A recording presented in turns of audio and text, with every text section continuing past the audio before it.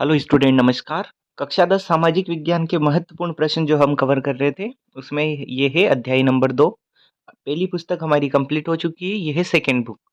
तो इसका अध्याय 2 है भारतीय अर्थव्यवस्था के क्षेत्रक। तो देखते हैं महत्वपूर्ण प्रश्न। किसी भी अर्थव्यवस्था को किन-किन क्षेत्रक या सेक्टर में बाँटा जाता है? तो कितने सेक्टर में बाँटा गया है? कुल मिला के 3। और कौन-कौन सा है? पहला है प्राथमिक, दूसरा है द्वितीयक और तीसरा है तृतीयक सेक्टर। बात की जाए प्राथमिक सेक्टर से आप क्या समझते हैं? तो इसका उत्तर देखिए, प्राथमिक सेक्टर में होने वाली आर्थिक क्रियाओं में मुख्य रूप से प्राकृतिक संसाधनों के इस्तेमाल से उत्पादन किया जाता है। जो प्राकृतिक संसाधन है, उनके इस्तेमाल से जो उत्पादन होगा ना, वो किसमें आएगा? प्राथमिक सेक्टर में। जैसे कृषि और कृषि से संबंधित क्रियाकलाप, और इसमें खनन भी शामिल है। ध्यान रखना, ये महत्वपूर्ण है, खनन भी। प्रश्न नंबर 3, द्वितीयक सेक्टर से आप क्या समझते हैं?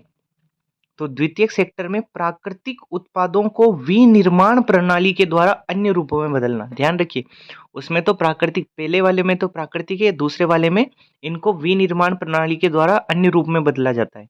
जैसे लौह इस्पात उद्योग, दूसरा है ऑटोमोबाइल, और इसी तरीके के अन्य।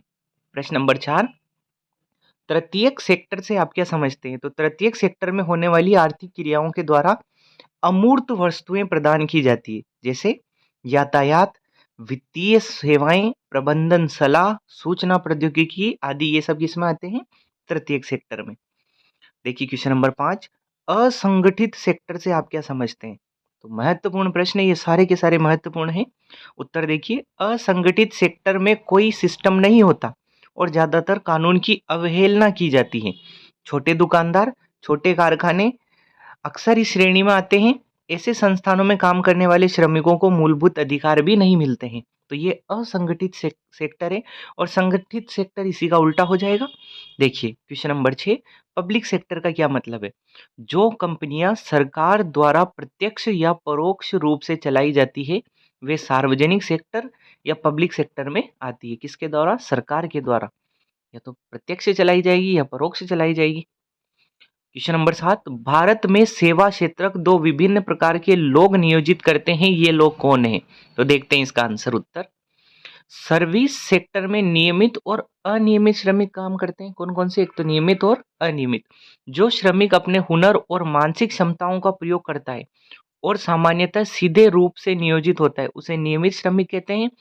और जो श्रमिक ऐसी सेवा प्रदान करता है जिनमें मानसिक क्षमताओं की खास भूमिका नहीं होती है, उसे अनियमित या अनौपचारिक श्रमिक कहते हैं। अंशकालीन रूप से नियोजित श्रमिकों को भी अनियमित श्रमिक की श्रेणी में रखा जाता है। उदाहरण, एक ठेले का मालिक जो किसी प्रकाशक के यहाँ कागज पहुंचाता है, एक अनियमित श्रमिक होता है। तो देखिए क्वेश्चन नंबर 8, नरेगा 2005 के उद्देश्यों की व्याख्या कीजिए। यह महत्वपूर्ण प्रश्न है, आने लायक प्रश्न। उत्तर, काम के अधिकार के लक्ष्यों को पूरा करने के उद्देश्य से नरेगा 2005 को लागू किया गया। इस प्रोग्राम के तहत ग्रामीण क्षेत्र के हर परिवार के एक व्यक्ति को साल में 100 दिन के रोजगार की गारंटी दी जाती है। यह कार्यक्रम ग्रामीण क्षेत्रों में गरीबी उन्मूलन के लिए प्रतिबद्ध है।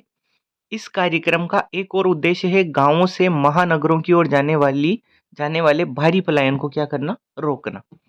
तो नेक्स्ट क्वेश्चन देखिए, क्वेश्चन नंबर 9, संगठित और असंगठित क्षेत्रकों की रोजगार परिस्थितियों की तुलना करनी। सबसे पहले संगठित क्षेत्र की परिस्थितियां देख लेते हैं। इस सेक्टर में काम एक सिस्टम से होता है और नियमों की सीमा रेखा के अंदर होता है। ये संगठित क्षेत्र के है ना। इस सेक्टर में दिया जाने वाला पारिश्रमिक सरकार के नियमों के अनुसार होता है, जो सरकार ने नियम निर्धारित कर रखे हैं उसके अनुसार।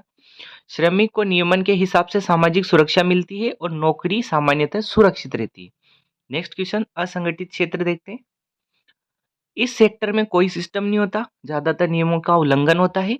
इस सेक्टर में दिया जाने वाला पारिश्रमिक सरकार द्वारा तय पारिश्रमिक से कम होता है। सामाजिक सुरक्षा का अभाव होता है और नौकरी की भी कोई सुरक्षा नहीं होती है, बिल्कुल उसी का उल्टा है। Next question. तो ये थे हमारे महत्वपूर्ण प्रश्न जो इस चैप्टर से बनते थे, सारे हमने कवर कर लिए। मिलते हैं नेक्स्ट, इसके बाद नेक्स्ट वाले चैप्टर में। तो तब तक के लिए धन्यवाद।